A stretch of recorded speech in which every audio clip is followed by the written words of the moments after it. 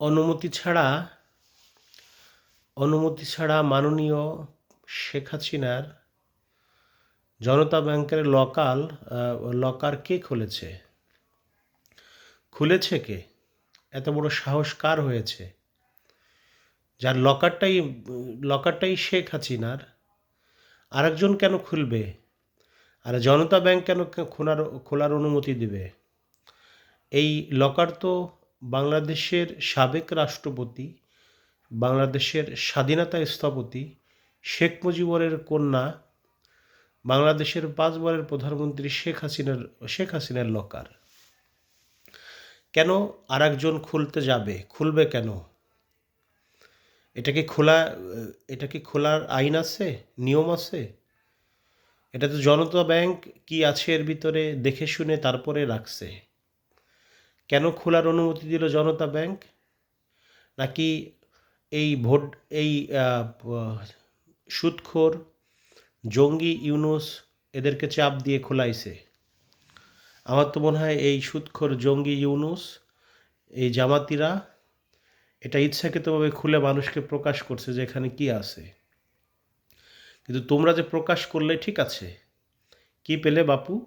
এই চোরের বাচ্চারা, এই সুদখোরেরা, এই জঙ্গিরা, পেয়েছিস কি? পেয়েছিলি তো অনেক কিছু। এখানে শত শত হাজার হাজার নৌকার প্রতীক ছিল, স্বর্ণে দিয়ে বাঁধানো। স্বর্ণের নৌকা ছিল, গেল কোথায়? শেখ মুজিবরের উপহার, শেখ মুজিবর সাধারণ মানুষের থেকে পেয়েছেন, নেতা কর্মীদের থেকে পেয়েছেন। শত শত হাজার হাজার নৌকা মার্কা, যেটা সোনা দিয়ে বাঁধানো, সোনায় গড়া বা স্বর্ণে গড়া। এই লকারগুলো কোথায় গেছেন? এই লকার কেন খুলছিস? এই লকার থেকে এগুলো উধাও হয়ে গেছে? নাকি এই ভোট ডাকাত বলছি, এই সুদখোর ইউনূস, এই জঙ্গি ইউনূস, এই জামাতিরা চুরি করে নিয়ে গেছে? চোরের বাচ্চারা, তোরা চুরি করতেই পারিস। এগুলো গেল কোথায়? হ্যাঁ, শেখ হাসিনা কি এক ভাইসে আসছে? শেখ হাসিনার ১ টনের উপরে হলে স্বর্ণ ছিল, গেল কোথায়? সব তোরা চুরি করছিস। শেখ হাসিনার ১ টনের উপর ওখানে স্বর্ণ ছিল, যেটা মানুষের দেওয়া, সাধারণ জনগণের দেওয়া, নেতা কর্মীর দেওয়া।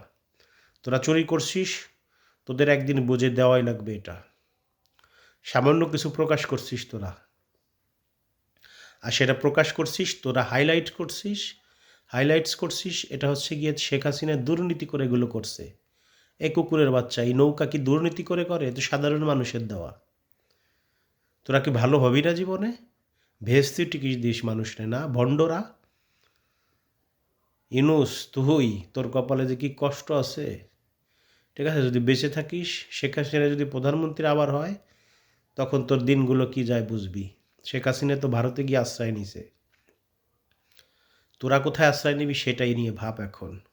ওকে, সেটা নিয়ে ভাবতে থাক, কোন দেশ আমাদেরকে আশ্রয় দেবে। বেরোইতে পারবি কিনা বাংলাদেশ থেকে, সেটাই এখন কথা। ভালো থাক, আল্লাহ হাফেজ।